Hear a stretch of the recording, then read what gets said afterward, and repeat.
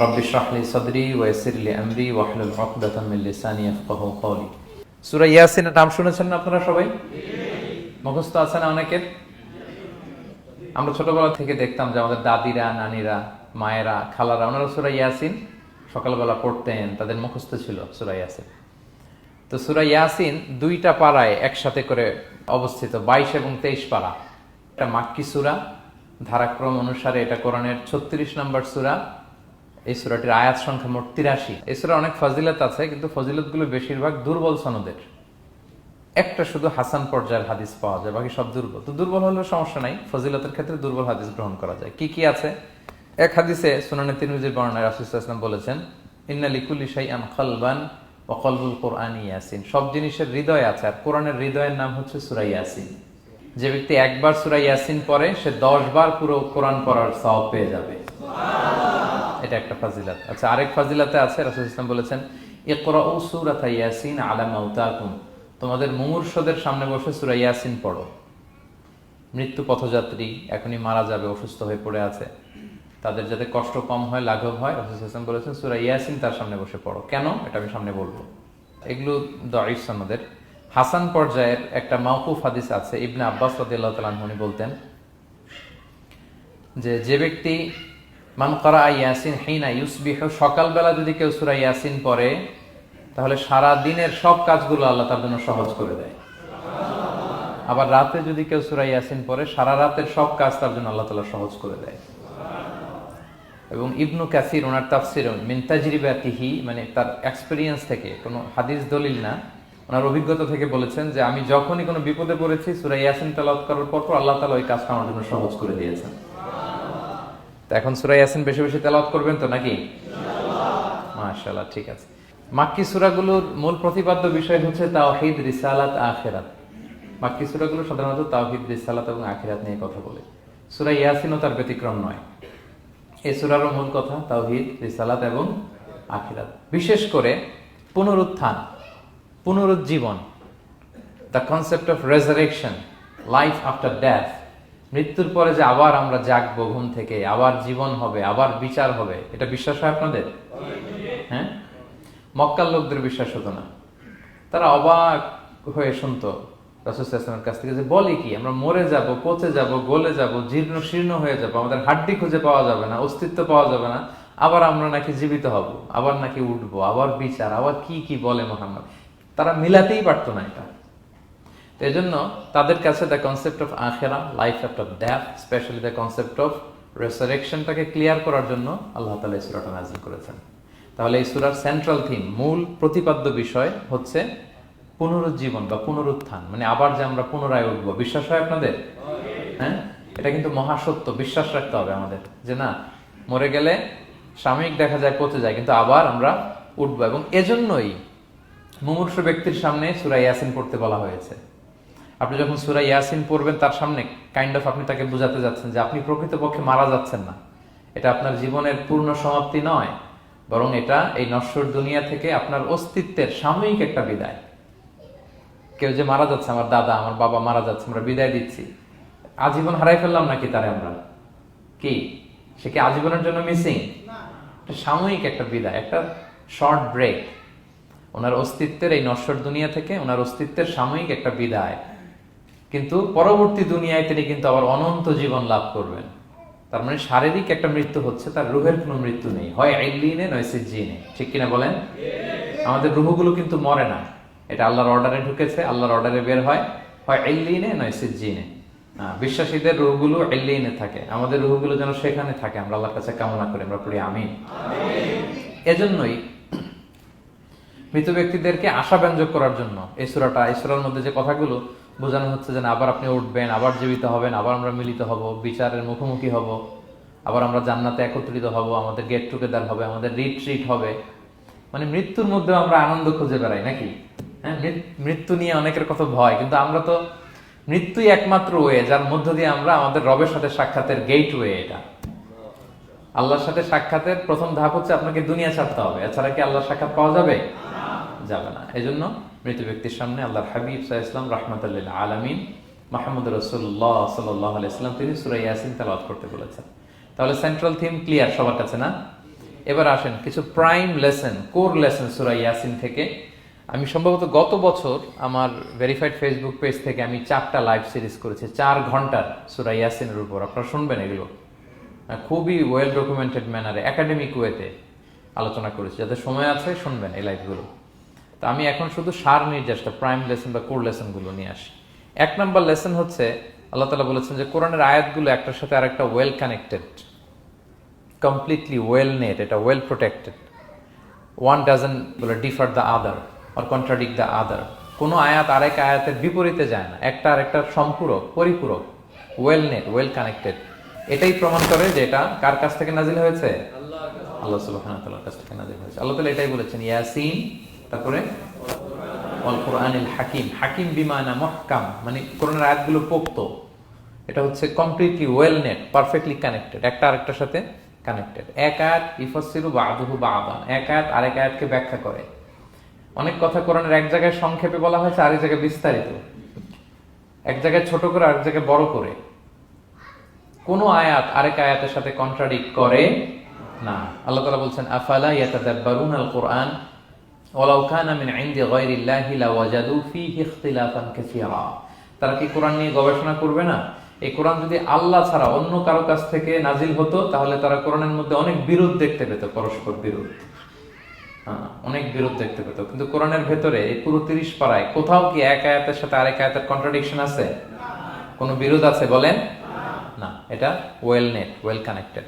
অন্য আয়াতে আল্লাহ বলছেন লা ইয়াতিহিল বাতিলু মিন বাইনি ইয়াদাইহি ওয়ালা মিন খালফি। সামনে থেকে পেছন থেকে কোরআনে কোনো বাতিল অনুপ্রবেশ করতে পারে না, কারণ তানজিলু মিন হাকিমিন হামিদ, এটা প্রজ্ঞাময়, প্রশংসিত আল্লাহর পক্ষ থেকে এটা প্রোটেক্টেড একটা কিতাব নাজিল হয়েছে। ফলে এটা কিয়ামত পর্যন্ত প্রোটেক্টেড থাকবে। এক আয়াত আরেক আয়াতের ব্যাখ্যা করে দেয়, এটা হচ্ছে একটা ব্যাখ্যা। আবার আল কোরআনিল হাকিম মানে হচ্ছে বিজ্ঞানময় কোরআন। কোরআনের মধ্যে অনেক বিজ্ঞানের কথাও আছে। শুধু বিজ্ঞান, বিজ্ঞান নিয়ে কি আছে প্রায় 1.5 ঘন্টার লেকচার আছে আমার।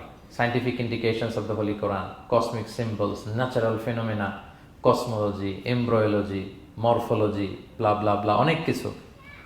কিভাবে এই পানি উপরে যায়, ওয়াটার সাইকেল, হাইড্রোলজিক্যাল সাইকেল, বৃষ্টি হয়, সূর্য কিভাবে ডুবে ওঠে, চাঁদ, তারপর মহাবিস্ফোরণ, বিগ ব্যাং থেকে শুরু করে মায়ের পেটে বাচ্চার ভ্রূণ কিভাবে ডেভেলপ করে, যত কসমিক সিম্বল আছে কোরআনে, এটা নিয়ে আমার 1.5 ঘন্টার একটা কোরআনের সায়েন্টিফিক ইন্ডিকেশনাল লেকচার আছে। তো সেদিকে আমি যাব না।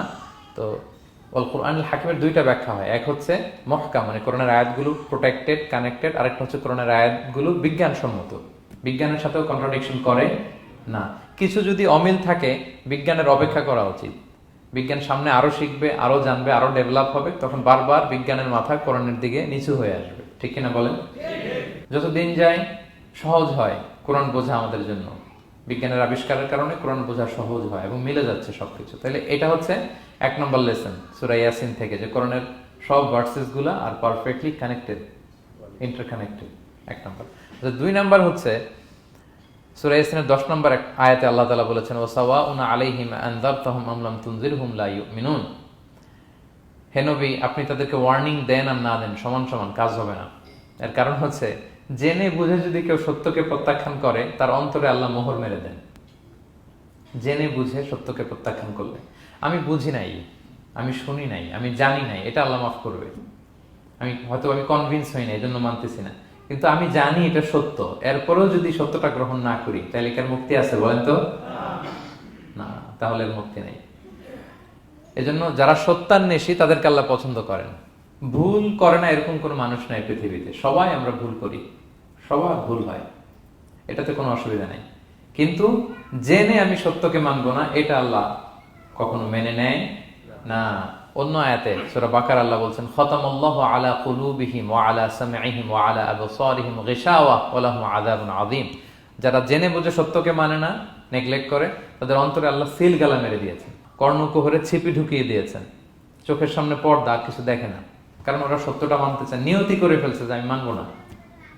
কেউ যদি নিয়ত করে ফেলে যে আমি বুঝবো না, যত বুঝাক তারা বুঝানো যাবে?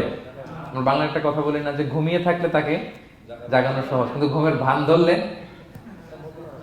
ভান ধরে আছে ওরা তো ধাক্কা মারতেছি, টানতেছি, ওকে উঠবে ঘুম থেকে না। এটার উদাহরণ দেখেন আবু জাহেল আর ওমরে ফারুক রাদিয়াল্লাহু তাআলা, দুইজনই ইসলামের শত্রু ছিল। ইসলাম বিরোধী ছিল, কিন্তু ওমরে ফারুক রাদিয়াল্লাহু তাআলা আনহু ছিলেন সত্যান্বেষী, সত্য শুনলেই মানতেন। কিন্তু আবু জাহেল ছিল তার বিপরীত, সে ছিল গোড়া, অহংকারী, ইগোইস্টিক সমস্যা ছিল তার। সে জানতো যে আল্লাহর হাবিব সাল্লাল্লাহু আলাইহি ওয়াসাল্লাম আল্লাহর পক্ষ থেকে নাজিল হওয়া আসা একজন রাসূল, কোরআন আল্লাহর পক্ষ থেকে নাজিল হওয়া একটা কিতাব, জানার পরেও সে মানে নাই, ফলে তার নসিবে হেদায়েত জোটে নাই। কিন্তু ওমর ফারুক রাদিয়াল্লাহু তাআলা আনহু কিছুদিন পরেই উনি শাহাদা পড়ে ফেলছেন, এবং রাসূল সাল্লাল্লাহু আলাইহি ওয়াসাল্লাম দোয়া করেছিলেন যে আল্লাহ, আল্লাহুম্মা আইজ্জাল ইসলাম বি আহাব্বি হাযাইনি রাজুলাইনি ইনদাক, আল্লাহ দুজন লোকের যাকে তোমার ভাল লাগে তাদের একজনকে ইসলামের ছায়াতলে এনে তুমি ইসলামটাকে শক্তিশালী করো। একজন হচ্ছে আবু জাহাল, আরেকজন হচ্ছে ওমর। আল্লাহ তাআলা কার জন্য দোয়াটা কবুল করেছেন বলেন তো? ওমর ফারুকের জন্য, কারণ ওনার হৃদয়টা সাদা ছিল, সাদা মনের মানুষ, কলবে সালিম, সত্য যেখানে ওইটাই উনি গ্রহণ করতেন, সত্যের সামনে দুর্বল ছিলেন। আর আবু জাহেল জেনে বুঝে সত্যকে প্রত্যাখ্যান করেছে। সো 2 নাম্বার শিক্ষাটা আমরা যেটা পেলাম, যে জেনে বুঝে সত্য প্রত্যাখ্যান করলে আল্লাহ তার জন্য হেদায়েত বরাদ্দ রাখেন না। এজন্য আমরা আমাদের বাকি জীবনটুকু আমরা এই মেন্টালিটি, মাইন্ডসেট যেন আমাদের থাকে যে সত্য দেখলেই আমরা মানবো, যেখানেই সত্য ওইটাই আমি গ্রহণ করবো। কি বলেন? এটা যদি আমার বিরুদ্ধে যায়, আমার দলের বিরুদ্ধে গেলে, বাবার বিরুদ্ধে গেলে, মানতেই হবে আমাকে। সত্য যেখানে আছে ওখানেই আমাদেরকে ছুটে যেতে হবে। দুটো চলে গেল। 3 নাম্বার হচ্ছে, আমরা পৃথিবীতে যা করি, আমরা অনেক সময় মনে করি যে দরজা বন্ধ করে দিলে, সুইচটা অফ করে দিলে আর বুঝি কেউ দেখে না। তা আসলে আমরা আসমানি বিশেষ নজরদারির ভেতরে আছি, এটা আমরা ভুলে যাই। যে সবার চোখ ফাঁকি দেয়া গেল, একজনের চোখ ফাঁকি দেয়া যায় না। তিনি কে বলেন তো? লা তুদরিকুহুল আবসার ওয়া হুয়া ইউদরিকুল আবসার ওয়া হুয়াল লাতীফুল খাবীর। কেউ তারে দেখে না, কিন্তু তিনি সবাইকে দেখে। কোন চোখ তাকে দেখে না, কিন্তু তিনি সব চোখগুলোকে দেখে। তাহলে 3 নম্বর লেসন হচ্ছে, everything is recorded in well documented man. আমরা যা বলি, যা করি, যা লিখি, সবকিছু রেকর্ডেড, রেকর্ড করা হচ্ছে। কিন্তু সেদিন আপনি দেখবেন, ভালো করলেও দেখবেন, খারাপ করলেও আপনি দেখবেন।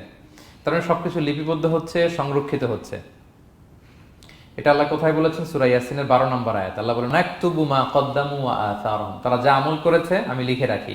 ওয়া আসারহুম, এবং যা তারা দুনিয়ার জন্য রেখে গিয়েছে তাও লিখে রাখি। মানে এনি অ্যাকশন দে লেফট বিহাইন্ড, এনি ইফেক্ট দে লেফট বিহাইন্ড। এটা সাদাকায়ে জারিয়া বা গুনায়ে জারিয়া। সাদাকায়ে জারিয়া হচ্ছে আপনি একটা ভালো কাজ করছেন, ধরেন যে দ্বীনি জ্ঞান শিক্ষা দিচ্ছেন। আমি সূরা ফাতিহা শিক্ষা দিলাম আপনাদেরকে, তো আপনারা এটা দিয়ে আজীবন নামাজ পড়তেছেন, আপনার সওয়াব তো আপনি পাবেনই, কিন্তু ওই যে আমি শিক্ষা দিলাম একটা পার্সেন্টেজ সওয়াব আজীবন আমার আমল নামে আসবে। শুধু তাই না, আপনি যে আবার আরেকজনকে সূরা ফাতিহা শিক্ষা দিবেন, সে তার পরবর্তী নেক্সট জেনারেশনকে সূরা ফাতিহা, এইভাবে কিয়ামত পর্যন্ত এই চেইন ধরে সূরা ফাতিহা যত লোক শিখবে তারা তাদের সওয়াব ঠিকই পাবে, কিন্তু তার একটা পার্সেন্টেজ সওয়াব আল্লাহ তাআলা আমার আমল নামে দিয়ে দিবে। এটাকে বলে আসার। ওয়া নাকতুবু মা কদ্দামু, নিজে যে আমল করলাম আল্লাহ বলে এটাও লিখে রাখছি। ওয়া আসারহুম, any effect you left behind in this দুনিয়া, যেটা আপনি রেখে গেছেন এটাও আল্লাহ লিখে রাখবে। এবং অকুল্লা শাইইন আহসাইনাহু ফি ইমামিন মুবিন, আল্লাহ বলেন সবকিছু একটা নথির ভেতরে নথিবদ্ধ করে। নথি চিনেন তো না? ডায়েরি। তারপর আমাদের বাংলাদেশে তো যে আগে হাল খাতা করতো না, টালি খাতা বিশাল বড় বড়, এখন আছে কিনা, বিশেষ করে মুদির দোকানে দেখা যায় বড় মোটা মোটা তপাস করে সে টেবিলের উপর ফেলে, তারপর আপনার নাম দেখে বের করে আপনার কত বাকি, কত দিতে হবে। এই যে টালি খাতা, এই নথি করে রাখছে আল্লাহ তাআলা আমাদের সবকিছু যা করলাম, যেটার ইফেক্ট দুনিয়াতে আমি রেখে গেলাম। এবং অন্য আয়াতে আল্লাহ তাআলা বলছেন, মা ইয়ালফিযু মিন কাওলিন ইল্লা লাদাইহি রাকীবুন আতীদ, আমি মুখ দিয়ে যা উচ্চারণ করি সব আল্লাহ তাআলা একজন পর্যবেক্ষক ফেরেশতার মাধ্যমে তুলে রাখেন, সব আপনি দেখতে পাবেন। শুধু তাই না, এখানে একটা স্পেশাল লকেট রেখেছেন আল্লাহ। আল্লাহ বলেন, ওয়াকুল্লা ইনসানিন আলজামনাহু তায়রাহু ফি উনুকিহি ওয়া নুখরিজু লাহু ইয়াওমাল কিয়ামাতি কিতাবান ইয়ালকাহু মানশুরা। প্রত্যেকের গ্রীবালগ্নে আমি একটা স্পেশাল সিম কার্ডের মতো রেখেছি, যা বলো এখানে রেকর্ড হয়ে আছে, কিয়ামতের দিন আমি সব বের করে দিব। তাহলে পালানোর জায়গা আছে? That means we are under surveillance, 24/7 আল্লাহ তাআলা মনিটর করছেন। এবং এই বিশেষ আসমানি নজরদারি থেকে আমরা কেউই মুক্ত না। তাইলে লাইট বন্ধ করে দিলেন, দরজা আটকায় দিলেন, কেউ দেখে না, না? কেউ যেটা দেখে না সেটা দেখেন কে? আচ্ছা, 3টা জেনে গেলেন। 4 নম্বরে হচ্ছে, পৃথিবীতে সব নবীরা এক মিশন এবং ভিশন নিয়ে এসেছে। সব নবীরা লা ইলাহার দাওয়াত দিয়েছে, তাই না? এক আল্লাহ দাওয়াত দিতে। আচ্ছা, কখন কি এমন হয়েছে কোন নবী এসে বলছে যে আল্লাহ একজন, আবার আরেক নবী এসে বলছে না আল্লাহ 2-3 জন হইতে পারে? হ্যাঁ, বলছে? কোন নবী এসে বলেছে মৃত্যুর পর এক জীবন আছে, হিসেব দিতে হবে, পাই টু পাই হিসেব হবে? আরেকজন বলছে না, এরকম নাও থাকতে পারে। এরকম এক নবী এক কথা, আরেক নবী আরেক কথা হয়েছে? এগুলো নবীদের মধ্যে, কবিদের মধ্যে হয়। এক কবি এক কথা বলে, আরেক কবি, এক দার্শনিক এক কথা বলে, আরেক দার্শনিক আরেক কথা, এক রাজনীতিবিদ এক কথা, আরেক রাজনীতিবিদ আরেক। এদের মধ্যে ধাক্কাধাক্কি হয়, কিন্তু নবীদের মধ্যে কথার মধ্যে এগুলো আছে? কারণ তারা মন গড়া কথা বলে না। ওমা ইয়ানতিকু আনিল হাওয়া ইন হুয়া ইল্লা ওয়াহিয়ু ইউহা। তাদের কথা আসে একটা হেডকোয়ার্টার থেকে। হেডকোয়ার্টারটা কার? আসমানি রেভেলেশনের বেসিসে ওনারা কথা বলেন। মন গড়া কোনো নবী কোনো কথা বলেন না। তাহলে 4 নম্বর শিক্ষা হচ্ছে সব নবীর মিশন ভিশন এক। এজন্য তাদের মধ্যে একটা কোঅপারেশন ছিল। সূরা ইয়াসিনে চমৎকার একটা ঘটনা আছে। একটা জনপদের নাম উল্লেখ করা হয়নি, কিন্তু কোন কোন মুফাসসির বলেছেন এটা তুরস্কের আন্তাকিয়া জনপদে আল্লাহ একটা কাজে, দাওয়াতি কাজে 2 জন নবীকে পাঠালেন। কয়জন? 2 জন। কাজ একটা, কিন্তু কয়জন? 2 জন। এরকম সাধারণত অন্য নবীদের ক্ষেত্রে হয় না, কোরআনে পাওয়া যায় না যে এক কাজে এক জায়গায় 2 নবী, এরকম হয় না। এক্সেপ্ট মুসা আলাইহিস সালাম, ওনার কথা বলার জড়তা ছিল, তো উনি আল্লাহকে বলেছেন আল্লাহ আমাকে যেই তাওরাত দিয়ে পাঠালেন আমি তো কথা ক্লিয়ারলি বলতে পারি না, জড়তা, মামলিং হয় আমার মুখে। আমার ভাই আখি হারুন আফসাহু মিন্নি লিসান, ও আবার খুব ফ্লুয়েন্ট ছিল। আমি নেতৃত্ব দিব, কিন্তু হারুন ভোকাল দিবে, আপনি তাকে নবী বানায় দেন। মুসা আলাইহিস সালামের দোয়ার বদলতে আল্লাহ হারুন আলাইহিস সালামকে নবী বানাই দিয়েছিলেন। 2 ভাই মিলে ফেরাউনের কাছে দাওয়াতি কাজ করেছে। কিন্তু এছাড়া আর এরকম দেখা যায় না যে এক এলাকায় এক কাজে 2 জন নবী, না। এইখানে দেখা গিয়েছে আন্তাকিয়া জনপদে আল্লাহ এক মিশনে কয়জন নবী পাঠিয়েছেন? 2 জন। আচ্ছা, কিছুদিন পরে আরো একজন, তাহলে হইল কয়জন? 3 জন। এক কাজে এক জনপদে এক এলাকায় মোট 3 জন নবী, কিন্তু এদের মধ্যে কোনো মারামারি নেই। আমাদের দায়ীদের অবস্থা দেখেন তো বাংলাদেশে, মাশাআল্লাহ। আমাদের প্রত্যেক দায়ীদের একই মিশন না? একই মিশন, একই ভিশন, একই লক্ষ্য, একই ডেস্টিনেশন, কিন্তু কত বিভেদ, কত বিরোধ দেখেন। আল্লাহ তাআলা সূরা ইয়াসিনের 14 নম্বর আয়াতে বলছেন ইদ আরসালনা ইলাইহিম মুসনাইন, প্রথম 2 জন নবী পাঠালাম একটা মিশনে, ফাআজ্জাজনা বিসালিস, এবং 3য় জন দিয়ে আরো এদেরকে মজবুত করলাম। ফাকালু ইন্না ইলাইকুম মুরসালুন, তারা যে 3 জন একই কথা বলল যে আমরা রাসূল হয়ে এসেছি। তাহলে দেখেন নবীদের মধ্যে পারস্পরিক শ্রদ্ধাবোধ ছিল। বড় নবী, ছোট নবী, প্রধান বক্তা, দ্বিতীয় বক্তা, তৃতীয়, এগুলো ছিল না। এই 3 নবীর মধ্যে প্রধান নবী, দ্বিতীয় নবী, তৃতীয় নবী আছে নাকি? না। 3 জন একই মিশনে, একই ভিশনে, কোঅপারেশনে তারা এগিয়ে গিয়েছে। তো দেখেন আমরা যারা কোরআনের দায়ী, আমরা তো নবীদের কাজটাই করি, ফলে আমাদের মধ্যে এই কোঅপারেশন থাকতে হবে, এই রেসপেক্ট থাকতে হবে। আমি ব্যক্তিগতভাবে খুবই লজ্জিত যে আমাদের এই দাওয়া অঙ্গনটাকে আমরা কলুষিত করে ফেলেছি। আমরা অন্য আলেমকে, অন্য দায়ীকে তুচ্ছ করা, তাচ্ছিল্য করা, ছোট করা, হেয় করা, তাকে বাতিল করা, নাকচ করা, এরকম আমরা করে থাকি। আমি একাই ইসলামের মুখপাত্র, আমি যা বলবো এটাই, এটা ঠিকাদারি আমার কাছে, এরকম একটা মেন্টালিটি আছে না? এটা নবীদের মাইন্ডসেট এরকম ছিল না। ওনারা কোঅপারেশনে, কোলাবোরেশনে কাজ করতেন, পার্টনারশিপে, একে অপরের প্রতি রেসপেক্ট ছিল। কোন নবী আরেক নবীর বিসৎকার করে নাই, কিন্তু আমরা এক দায়ী আরেক দায়ীকে কাফের বলতেও তো আমরা দ্বিধাবোধ করি না, কি বলেন? আল্লাহ তাআলা আমাদের বোঝার তৌফিক দান করুন। 5 নাম্বার, নবীদের কাজ হচ্ছে আল বালাগুল মুবিন, ক্লিয়ার কমিউনিকেশন, শুধু পৌঁছে দেয়া, বাণীবাহকের কাজ করা। আল্লাহ তাআলা বলছেন ওমা আলাইনা ইল্লাল বালাগুল মুবিন। ওই 3 জন নবী যখন বুঝালেন, তারা এলাকাবাসী মানে না, রিজেক্ট করলো, কিন্তু তারা বললো যে আমাদের কাজ হচ্ছে পৌঁছে দেওয়া, মানবা কি মানবো না এটা তোমাদের কাজ। আমাদের কাজ কি? আল বালাগুল মুবিন, কোরআনিক টার্মিনোলজি, মানে হচ্ছে ক্লিয়ার কমিউনিকেশন, আমাদের কাজ পৌঁছে দেওয়া, এর বেশি কিছু না। আমরা অনেক সময় একটু জবরদস্তি করতে চাই, জোরাজুরি করতে চাই, এই নামাজ পড়ো না কেন, তাকে জোরাজুরি করা, দাঁড়িয়ে রাখো না, জোরাজুরিতে বেশি কাজ হয় না। আপনি পাওয়ারফুল মেসেজ দিবেন, ইনফ্লুয়েন্স করবেন, এতেই আল্লাহ হেদায়েত দিবে। কারণ হেদায়েতটা নিয়ন্ত্রণ করেন একমাত্র কে? আল্লাহ। এখানে আর কারো হাত নাই, এমনকি নবীরও না। কোন নবীও চাইলে কাউকে হেদায়েত দিতে পারে না। আল্লাহর হাবিব সাল্লাল্লাহু আলাইহি ওয়াসাল্লাম মক্কায় মক্কাবাসীদের পেছনে ঘুরতে ঘুরতে পেরেশান। উনি তো রহমতের নবী, উনি ভাবতেছিলেন হায়রে একটু যদি আমার কথা মানতো তাইলেই তো জাহান্নাম থেকে বেঁচে যায়, আর একটু দাওয়াত দেই, সকালে দেই, দুপুরে দেই, বিকেলে দেই, রাতে দেই। তাদের পিছনে ঘুরতে ঘুরতে রাসূল সাল্লাল্লাহু আলাইহি ওয়াসাল্লাম পেরেশান হয়ে যেতেন। আল্লাহ তাআলা সূরা কাহফে আয়াত নাযিল করলেন, ফালা আল্লাকা বাকিউন নাফসাকা আলা আসারিহিম ইল্লাম ইউমিনু বিহাদাল হাদীসি আসাফা। নবী, ওরা যদি শুনতে না চায়, আপনি তো ওদের পিছনে ঘুরতে ঘুরতে পাগল হয়ে যাচ্ছেন বোধহয়, না রেখে দেন, মানলে মানুক, না মানলে নাই। হেদায়েত দেওয়ার মালিক হচ্ছে আমি। ফাযাক্কির ইন্নামা আনতা মুযাক্কির, আপনি শুধু স্মরণ করিয়ে দেন, উপদেশ দেন। লাস্তা আলাইহিম বিমুসাইতির, আপনি বল প্রয়োগ করতে আসেন, আপনাকে দারোগা বানাই পাঠাইনি আমি, আপনি শুধু পৌঁছে দিবেন। এমনকি রাসূল সাল্লাল্লাহু আলাইহি ওয়াসাল্লাম ওনার চাচা আবু তালেবের হেদায়েতের জন্য অনেক ট্রাই করেছেন, কিন্তু হেদায়েত নসিব হয়েছে বলেন? কারণ ইন্নাকা লা তাহদি মান আহবাবতা ওয়ালাকিন্নাল্লাহ ইয়াহদি মান ইয়াশা। নবী, আপনি যাকে চান তাকে হেদায়েত দিতে পারবেন না। তাহলে আমাদের যারা দাঈ, আমাদের কাজ কি? পৌঁছে দেওয়া। বলেন তো, কাজ কি? পৌঁছে দেওয়া। নাকি বল প্রয়োগ করা, জোরাজুরি করা?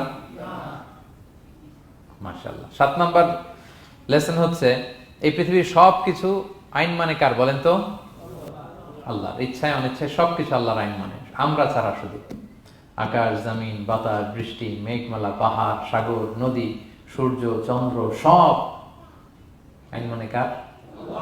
আল্লাহর আইন মানে। সে কথা আল্লাহ বলছেন, ওয়াশ-শামসু তাজরি লিমুস্তাকাররিল লাহা, আমি সূর্যের জন্য একটা গতিপথ দিয়েছি, কক্ষপথ, অক্ষপথ, সে ওইদিকেই ঘুরে, ওরা ঘুরতে বলছে ও ঘুরে, এর কোনো ব্যত্যয় নাই। যালিকা তাকদীরুল আজিজিল আলিম, এটা আমি আল্লাহ ফিক্স করে দিয়েছি। ওয়াল কামারা কাদ্দারনাহু মানাজিলা হাত্তা আদা কাল উরজুনিল কাদিম, আর চাঁদকে আমি 30টা মঞ্জিল দিয়েছি। দেখবেন চাঁদ কিন্তু এক জায়গায় উদিত হয় না, 30 দিনে 30 জায়গায়, পুরো মাস ব্যাপী এদিক থেকে ওদিকে শুধু ঘুরে। এটা আল্লাহ ফিক্স করে দিয়েছে, এটা ওর বিধান। আমাদের জন্য কোরআন বিধান হিসেবে দিয়েছে, আমরা মানি না, কিন্তু প্রত্যেক প্রাণীর জন্য, সৃষ্টির জন্য যে বিধান আল্লাহ ফিক্স করেছেন, ওরা ওইটাই মানে, এর একটু একচুল পরিমাণ ডান ব্যয় করে না। সুবহানাল্লাহ, সুবহানাল্লাহ। সো জগতের সবকিছু আল্লাহর দেয়া বিধান মেনে চলে, কারণ গোটা জগৎটাই তো তার। গোটা জগৎটা কার বলেন? ফলে আইনও চলবে তার। আমরা যেন আল্লাহর সবগুলো আইন মেনে চলি। 8 নাম্বার হচ্ছে, এই যে আমরা জান্নাতের কথা শুনি, কিয়ামতের কথা শুনি, আখিরাতের কথা শুনি, একদিন আমরা এটা চাক্ষুষ দেখতে পাবো, তখন আমাদের এই বিশ্বাসটা আরো প্রগাঢ় হবে। মৃত্যুর পরে যে আমাদের লম্বা ঘুম, এই আমাদের নিদ্রা ভঙ্গ যেদিন হবে, সেদিন আমরা সব দেখতে পাবো, চাক্ষুষ কিয়ামতের সবকিছু। সেটা আল্লাহ তাআলা বলছেন, নুফিখা ফিস সূরি ফাইদাহুম মিনাল আজদাসি ইলা রাব্বিহিম ইয়ানসিলুন, ইসরাফিলের সিংহার ফুৎকারে সেদিন সব মানুষ জেগে উঠবে। আপনারা ইসরাফিল আলাইহিস সালামের নাম শুনেছেন? কে উনি? একজন ফেরেশতা। উনি বড় একটা সিংহায় ফুৎকার দিবেন। সৃষ্টির পর থেকে আল্লাহ ওনাকে একটা কাজের জন্য অ্যাসাইন করেছেন, শুধু ফু দিবে 3টা। কয়টা? আর কোনো কাজ আছে? দ্যাটস ইট, দ্যাটস ইট, শুধু 3টা ফু দিবে 3 বারে। ঠিক যে মুহূর্তে আপনারা এখন কথা শুনছেন, এই মুহূর্তে উনি ওই ট্রাম্পিট সিংহা নিয়ে আরশের দিকে তাকায় আছে, কখন আল্লাহর আদেশ আসে, 1 সেকেন্ডও যেন দেরি না, চোখের পলক যাতে দেরি না হয়ে যায়, তাকিয়ে আছেন উনি। ফুৎকার দিবে তো কবর থেকে মানুষগুলো উঠবে। মিনহা খালাকনাকুম ওয়া ফিহা নুঈদুকুম ওয়া মিনহা নুখরিজুকুম তারাতান উখরা, এই কথাই আল্লাহ এই সূরাতে বলেছেন। তো মানুষ যখন উঠবে, কারো ঘুম হবে 50 বছর, কারো 500 বছর, কারো 5000 বছর, কারো 5 লক্ষ বছর। পৃথিবীতে প্রথম নিহত হয়েছে কে জানেন? হাবিল, আদম আলাইহিস সালামের ছেলে হাবিল পৃথিবীর প্রথম মারা গেছে। সে, তার ঘুমটা কত লম্বা বলেন তো? সে কত হাজার বছর, লক্ষ বছর বেচারা ঘুমাচ্ছে, হ্যাঁ, তার কবরে। তো এই সব সিংহার ফুৎকারে সব কবর থেকে উঠবে। ক্বালু ইয়া ওয়াইলানা মান বাআসানা মিন মারকাদিনা হাযা, কি রে, কে ভাঙালো এই লম্বা ঘুমটা? সবাই তো ঘুমাচ্ছিলাম। হাযা মা ওয়া'দার রহমান, ফেরেশতারা বলবে এইটাই সেই দিন যেটা বিশ্বাস করো না এই দুনিয়াতে। ওয়াজ নসিহত হইলে তো তোমরা মানতা না, বলতা এগুলো কিছু নাই। আজকে সেই দিন। সাদাকাল মুরসালুন, রাসূলরা সত্যই বলেছেন। ওই দিন মানুষ চাক্ষুষ কিয়ামতকে অবলোকন করবে। 9 নম্বর শিক্ষা হচ্ছে, তখন আল্লাহ তাআলা বিচার প্রতিষ্ঠিত করবেন। ওই বিচারে আল্লাহ কাউকে ঠকাবেন না। বলেন তো, আল্লাহর বিচারে কোনো পার্সিয়ালিটি আছে? কোনো ঘুষ দেওয়ার সিস্টেম? স্বজনপ্রীতি আছে? না। এই কথা আল্লাহ বলেছেন সূরা ইয়াসিনের 54 নম্বর আয়াতে, ফালিয়াউমা লা তুযলামু নাফসুন শাই, কোনো জুলুম হবে না। ওয়া তুজজাউনা ইল্লা মা কুনতুম তা'মালুন, যে যা করেছে ওইটারই প্রতিদান পাবে। এমন না যে আপনি করছিলেন খুব ভালো কিন্তু আপনি পান নাই, এটা হবে না। যার যে রিওয়ার্ড পাওয়ার কথা ওইটাই পাবেন, কারণ আল্লাহ জুলুম করেন না। ওমা আনা বিযাল্লামিন লিল আবিদ, আল্লাহ বলে আমি আমার বান্দার প্রতি বিন্দু পরিমাণ জুলুম করি না। ওয়া নাদউল মাওয়াজিনাল কিসতা লিয়াউমিল কিয়ামা ফালা তুযলামু নাফসুন শাইআ, সেদিন আমি ন্যায় বিচারের মানদণ্ড স্থাপন করব, ওখানে একটা চুল ফেললেও এটা ওজন নয়। ফামান ইয়ামাল মিসকালা যাররাতিন খায়রান ইয়ারা ওয়া মান ইয়ামাল মিসকালা যাররাতিন শাররান ইয়ারা। অনুপরিমাণ ভালো করলে ভালো পাবেন। এই যে সে লিল্লাহি তাকবীর বলছে, সওয়াব হইছে না? সে ওই দিন আমলনামায় দেখবে কি রে, অমুক এক মাহফিলের মধ্যে আমি লিল্লাহি তাকবীর বলছিলাম, এইটার এতগুলা সওয়াব। তারপরে এই যে আপনারা আল্লাহু আকবার বলছেন, এতে সওয়াব হইছে না? তো এরকম ছোট্ট ছোট্ট প্রতি মুহূর্তে একজন রাস্তা চেনে না, রাস্তা দেখাই দিলেন, একজন একটা ভালো উপদেশ দিলেন। হ্যাঁ, এইভাবে ছোট্ট ছোট্ট যত ভালো কাজ সব পাবেন, ছোট্ট ছোট্ট খারাপ কাজ সব সেদিন পাবেন, কোনো জুলুম হবে না। আচ্ছা, 10 নম্বর শিক্ষা হচ্ছে যারা জান্নাতে যাবে, জান্নাতের একটা ফিচার হচ্ছে, মেজর ফিচার, জান্নাতে যে জান্নাতীরা যা চাবে তাই পাবে, কোনো না নাই সেখানে, যার যেটা মনে চায়। এটা সূরা ইয়াসিনের 57 নম্বর আয়াত আল্লাহ বলেছেন, লাহুম ফিহা ফাকিহা ওয়া লাহুম মা ইয়াদদাউন। সেখানে অজস্র অঢেল সুস্বাদু মুখরোচক ফলমূল থাকবে। দুনিয়াতে এক ফলে এক মজা, আনারসের মজা তরমুজে নাই, তরমুজের মজা আমে নাই, আমের মজা বাঙ্গিতে নাই, বাঙ্গির মজা কাঁঠালে নাই, কাঁঠালের মজা ডুরিয়ানে নাই। যেইটা খাবেন ওইটা স্বাদ। জান্নাতে এক ফলের ভেতরে 1000 রকমের স্বাদ আল্লাহ ঢুকাই দিবে। আচ্ছা, দুনিয়াতে যে কমলা খান, কমলার ছোলা খান, হ্যাঁ, ডাব যে খান, ডাবের ছোলাটা খান, শুধু পানি, ওইখানে ডাবের চেয়ে আর ডাবের ছোলা মজা লাগবে। কমলার চেয়ে কমলার ছোলা হবে আরো সুস্বাদু। মানে ওইটার ফিচারের সাথে দুনিয়ার ফিচারের কোনো তুলনাই হয় না, নো কম্পারিজন। যা চাবে তাই পাবে। ইয়াসিনের 11 নম্বর শিক্ষা হচ্ছে সেদিন নিজের হাত পা নিজের বিরুদ্ধে সাক্ষী দিবে যারা জাহান্নামে যাবে। কারণ জাহান্নামীরা বলবে না আল্লাহ করি নাই, তোমার ফেরেশতারা ভুলে লিখছে, আল্লাহ আরেকজনের আমলনামা আমারে দিয়ে দিছে, এই অনেক ধরনের অজুহাত। তখন আল্লাহ তাআলা তার মুখটাকে সিলগালা করে দিবেন। ফালইয়াউমা নাখতিমু আলা আফওয়াহিহিম ওয়া তুকাল্লিমুনা আইদিহিম ওয়া তাশহাদু আরজুলুহুম বিমা কানু ইয়াকসিবুন। আল্লাহ বলে তোমার মুখ আমি সিলগালা করে দিলাম, হাত কথা বলবে, তখন পা সাক্ষী দিবে কোথায় যে এই পাপটা করছেন। আপনি অবাক হন, কি রে, এই হাতে তো কত আংটি পরলাম, এরপর কত লোশন মাখলাম, হ্যাঁ, কত সুন্দর বডি ওয়াশ দিয়ে হাতটাকে ক্লিন রাখলাম, তারপর হাতের মধ্যে গ্লাভস পরলাম, হাত পা কত যত্ন আমি নিলাম। এই হাত পা আমার বিরুদ্ধে কথা বলে, রাগে মানুষ বলবে ওয়াকালু লিজুলুদিহিম লিমা শাহিদতুম আলাইনা, কি রে আমার বিরুদ্ধে কথা বলিস কেন? তো হাত পা বলবে ক্বালু আনতাকানাল্লাহ আল্লাযী আনতাকা কুল্লা শাই। ওই আল্লাহ আজকে আমাকে কথা বলার সুযোগ দিয়েছে, যে আল্লাহ চাইলে যে কাউকে, যে কোনো সৃষ্টিকে কথা বলার সুযোগ দিয়ে থাকে। পাথরকে আল্লাহ জবান দিতে পারেন, দিয়েছেন। রাসূল সাল্লাল্লাহু আলাইহি ওয়াসাল্লাম মক্কার শিয়াবের মধ্য দিয়ে যখন হাঁটতেন, অনেক পাথর রাসূল সাল্লাল্লাহু আলাইহি ওয়াসাল্লামকে সালাম দিয়ে বলেছেন, আসসালামু আলাইকা ইয়া নবী আল্লাহ, হে আল্লাহর নবী আপনাকে সালাম। কে দিয়েছে সালাম? পাথর। মরা খেজুর গাছ কেঁদে উঠেছে নবীর জন্য, তার মানে এগুলোর ভেতরে প্রাণের সঞ্চার করেছেন কে? আল্লাহ। সেদিন হাতের ভেতরে আল্লাহ তাআলা কথার শক্তি দিবেন। আপনার হাত আপনার বিরুদ্ধে, পা বিরুদ্ধে, আপনার বডি আপনার বিরুদ্ধে সাক্ষী দিবে। সো খবরদার, অতটুকু পাপ করি যতটুকু পাপের শাস্তি বহনের ক্ষমতা আমার আছে, একটু হিসাব মিলিয়ে নিই আমরা। 12 নম্বর লেসন হচ্ছে যে আমরা শক্তিশালী হই, ছোট থেকে বড় হই, এরপরে আবার দুর্বল হয়ে যায়। আল্লাহ বলেন ওমান নুআম্মিরহু নুনাক্কিসু ফিল খালকি আফালা ইয়াকিলুন। আমি যখন কারো বয়স বাড়িয়ে দেই তাকে আবার দুর্বল করে দেই। এটাই জীবন চক্র। দেখেন, শৈশব দিয়ে শুরু, তারপর কৈশোর, তারুণ্য, যৌবন। যৌবনের কথা চিন্তা করে তো বেশিরভাগ যুবক কি শক্তি গায় না, যা খায় ওইটাই হজম হয়ে যায়। ওভারটাইম করতে পারি, লাগাতার কাজ করতে পারি, মানে অনেক ক্যাপাসিটি। কিন্তু সেই আপনি যখন 60, 70, 80-তে যাবেন আর পারা যায় না, তখন একটা লাঠি লাগে। কি লাগে? আরো বাড়লে 90 যখন হয়ে যায়, 100, তখন ওই যে ছোট বাচ্চারা ওরা যা বলতেছে এরকম, ওরা যেরকম বোঝে না ওইরকম বোঝে না। বাচ্চাদেরকে এদিকে খাবার দিলে দেখবেন যে এদিক দিয়ে করতেছে, মুসজিদ। ওই মুরব্বীরও এরকম, বাচ্চাদের প্যাম্পাস পরানো লাগে, যেখানে রাখে পেশাব পায়খানা, মুরব্বীরাও এরকম 90, 80, এদেরও পরানো লাগে, এদেরও আর কন্ট্রোলটা থাকে না। তাহলে দেখেন, this is our life cycle. এভাবেই তারুণ্য, যৌবন, প্রৌঢ়ত্ব, এরপর আবার বার্ধক্য। আল্লাহ বলে এরপরও তোমরা বুঝবা না? এটা আল্লাহ বুঝাতে চাইলেন যে আল্লাহ এক দেহে এত রূপ আনতে পারে, সে আল্লাহকে আবার তোমাদেরকে জীবিত করতে সক্ষম না? কারণ এই সূরার মূল কথা হচ্ছে পুনরুজ্জীবন, রেসারেকশন। আল্লাহ বারবার ঘুরিয়ে ফিরিয়ে নানা আয়াত দিয়ে বুঝাতে চাচ্ছেন যে আমি তোমাদেরকে আবার পুনরায় জীবিত করতে পারি। তো যে আল্লাহ এত কিছু করতে পারে, সে আবার আমাদেরকে জীবিত করতে পারে না? বলেন। আচ্ছা, 13 নম্বর শিক্ষা হচ্ছে অতীত ভুলে যাওয়া। এটা আমাদের জীবনের জন্য অনেক বড় বোকামি।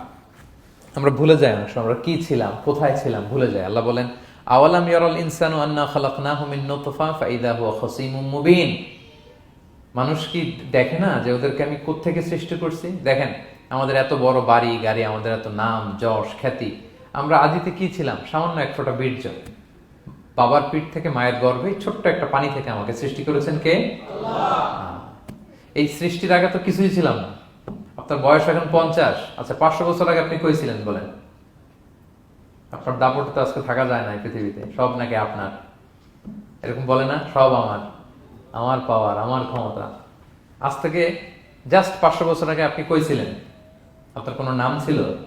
আপনার কোনো গ্রাম ছিল? কোনো অ্যাড্রেস ছিল? কোনো খ্যাতি ছিল? দাপট ছিল? লোক লস্কর কিছু ছিল? ক্ষমতা আসলো কোত্থেকে আপনার? আল্লাহ বলে হাল আতা আলাল ইনসানি হিনুম মিনাদ দাহরি লাম ইয়াকুন শাইআম মাযকুরা।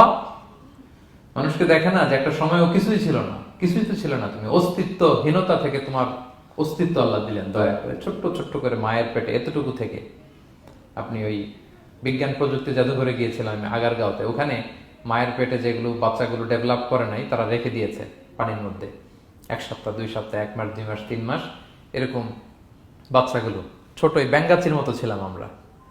বর্ষাকালে ব্যাঙের পোনা দেখছেন? জাস্ট লাইক ব্যাঙের পোনা, এত ক্ষুদ্র ছোট্ট আমরা ছিলাম। আল্লাহ বলে তুমি দেখো না তোমার পিছনটা কি ছিল? অতীত। এজন্য অতীত ভুলে যাওয়া যাবে না। 14 নম্বর শিক্ষা হচ্ছে পুনরুত্থান, যেটা আসল শিক্ষা সূরা ইয়াসিনের, মানে মৃত্যু পরবর্তী জীবন। এটা মহাসত্য, এটা হবেই। হ্যাঁ, লম্বা আয়াত, আমি শুধু মূল কথাটা বলি। আস ইবনে ওয়াইল মক্কায় রাসূল সাল্লাল্লাহু আলাইহি ওয়াসাল্লামের কাছে একটা মরা লাশের হাড্ডি, কঙ্কাল থেকে হাড্ডি এনে, এটা 100 বছর আগের হাড্ডি, এরকম হাত দিয়ে গুঁড়া করে এটা পাউডার হয়ে গেছে। রাসূল সাল্লাল্লাহু আলাইহি ওয়াসাল্লামের কাছে এসে ভেবে একটা ফু মারলো, ফু দেওয়ার সাথে সাথে এটা বাতাসে মিলে গেছে। তো বলতেছে মুহাম্মদ, এই যে কঙ্কালের এই পাউডারটা, তুমি বলতেছো এইটারে আল্লাহ জীবিত করবে, এটারে রিকনস্ট্রাক্ট করবে? কি বলো তুমি? What are you talking about? এটাও সম্ভব? আল্লাহ এই কথাটা সূরা ইয়াসিনে তুলে ধরলেন যে দারাবা লানা মাসালান ওয়া নাসিয়া খালকা ক্বালা মান ইউহিল ইযামা ওয়া হিয়া রামীম। এটারে কে আবার জীবিত করবে? এটা তো জীর্ণ শীর্ণ ধুলা বালু পাউডার হয়ে গিয়েছে। আল্লাহ বলেন, কুল, নবী আপনি ওয়াইলকে বলেন, ইউহিহাল্লাযী আনশাহা আউওয়ালা মাররা, ওই আল্লাহ সৃষ্টি করবেন যে এটারে প্রথমে বানাইছিলেন। এটার তো অস্তিত্ব ছিল না। অস্তিত্বহীন থেকে যখন আল্লাহ বানাইতে পারেন, এটা মরে যাওয়ার পরে তারে আল্লাহ আবারও বানাতে পারবেন। ঠিক কিনা বলেন? আচ্ছা বলেন, কোন জিনিস প্রথমে বানানো সহজ না দ্বিতীয়বার বানানো সহজ? দ্বিতীয়বার, তাই না?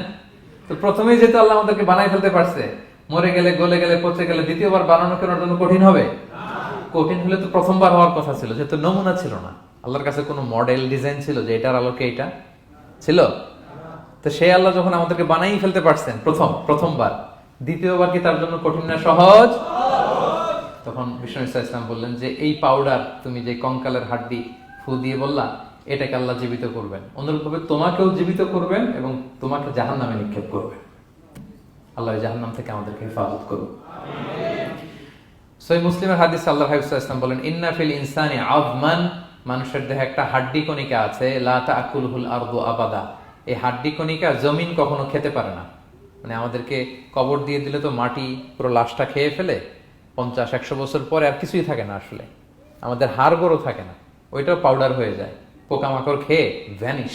কিন্তু একটা জিনিস ছাড়া, আমাদের এই যে শির দ্বারা ব্যাকবোন, আমাদের স্পাইনাল কর্ডের একেবারে নিচে ট্রায়াঙ্গেল ছোট্ট একটা হাড্ডি কণিকা আছে, ত্রিভুজ আকৃতির। এটাকে ডাক্তারি ভাষায় বলে কক্সিক্স টেইল বোন, পুচ্ছাস্তি বলে। এই ছোট্ট কণা, এইটা নষ্ট হয় না। আল্লাহ বলে এইটাকে বেইস ধরে আমি কিয়ামতের দিন তোমাদের সবাইকে আবার জীবিত করব। হিন্দুরা যে শ্মশানে লাশ পোড়ায়, সব পুড়ে যায়, কক্সিক্স পুড়ে নয়, ছোট্ট কক্সিক্স কোথা হয় জানেন? গরুর লেজটা যেখান থেকে শুরু হয় ওই জায়গায়, মানে আমাদের শিরদাঁড়ার একেবারে নিচের দিকে ছোট্ট একটা ট্রায়াঙ্গেল হাড্ডি কণিকা আছে, খুবই ছোট ট্রায়াঙ্গেল বোন পার্টিকেল। এটা থেকে আল্লাহ সৃষ্টি করবে। এটা বিমানের ব্ল্যাক বক্সের মতো, বিমান জ্বলে পুড়ে যায়। সাগরের নিচে গেলেও ব্ল্যাক বক্স কিছু হয় না, জানেন? যে MH কত 370, ওই যে ডুবলো, যে ভারত মহাসাগরের নিচ থেকে 3 দিন সিগন্যাল দিচ্ছিল ব্ল্যাক বক্স, এরপর এটার ব্যাটারিও নাই, আর দিতেও পারে নাই। দেখেন সব ধ্বংস হয়ে যায়। ব্ল্যাক বক্স থেকে বিমানের সর্বশেষ কি হয়েছিল ইনফরমেশন গুলো পাওয়া যায়, ওইটা নষ্ট হয় না সাধারণত বিমানে। এই আল্লাহ তাআলা ব্ল্যাক বক্স দিয়ে দিয়েছেন আমাদের পেছনে, আজবুল জানাব। এখান থেকে আল্লাহ তাআলা সেদিন আমাদেরকে রিকনস্ট্রাক্ট করবেন। তাহলে পুনরুত্থান, আবার যে আমরা জীবিত হবে, এটা বিশ্বাস হয় আপনাদের? হয়। এটা করতে আল্লাহ কিছুই লাগে না, শুধু কোন বললেই হয়ে যায়। কি বললে? এই কুন কথা দিয়ে আল্লাহ তাআলা শেষ করেছেন সূরা ইয়াসিন। আল্লাহ বলেন যে আল্লাহর যে অসীম ক্ষমতা, এটা শুধু কুন বললেই হয়। ইন্নামা আমরুহু ইযা আরাদা শাইআন আইয়াকুলা লাহু কুন ফায়াকুন। কুন হও, ফায়াকুন হয়ে যায়। বি ইট ওয়াজ, হও বলতে হয়ে যায়। তাই বলে কি আল্লাহ হও বলাটাও জরুরি না, তিনি হও বলারও মুখাপেক্ষী না। দুনিয়াতে আমাদের বোঝানোর জন্য তিনি বলছেন যে আমি কুন বললেই হয়ে যায়, ওনার কুনও বলা লাগে না, চিন্তা করা মাত্রই হয়ে যায়। ফাআলুল লিমা ইউরিদ, তিনি যা ইচ্ছা তাই করতে পারেন। সো সে আল্লাহকে যেন আমরা রাখি, তার কাছে যেন আমরা ফরিয়াদ করি, আমাদের মনের আকুতি, চাহিদা, প্রার্থনা তার কাছে যেন আমরা নিবেদন করে পেশ করি। আল্লাহ তাআলা আমাদের সবাইকে কথাগুলো বোঝার ও আমল করার তৌফিক দান করুন। হাযা মা ইনদি ওয়াল ইলমু ইনদাল্লাহি আলাইহি তাওয়াক্কালতু ওয়া ইলাইহি উনীব। আসসালামু আলাইকুম ওয়া রাহমাতুল্লাহ।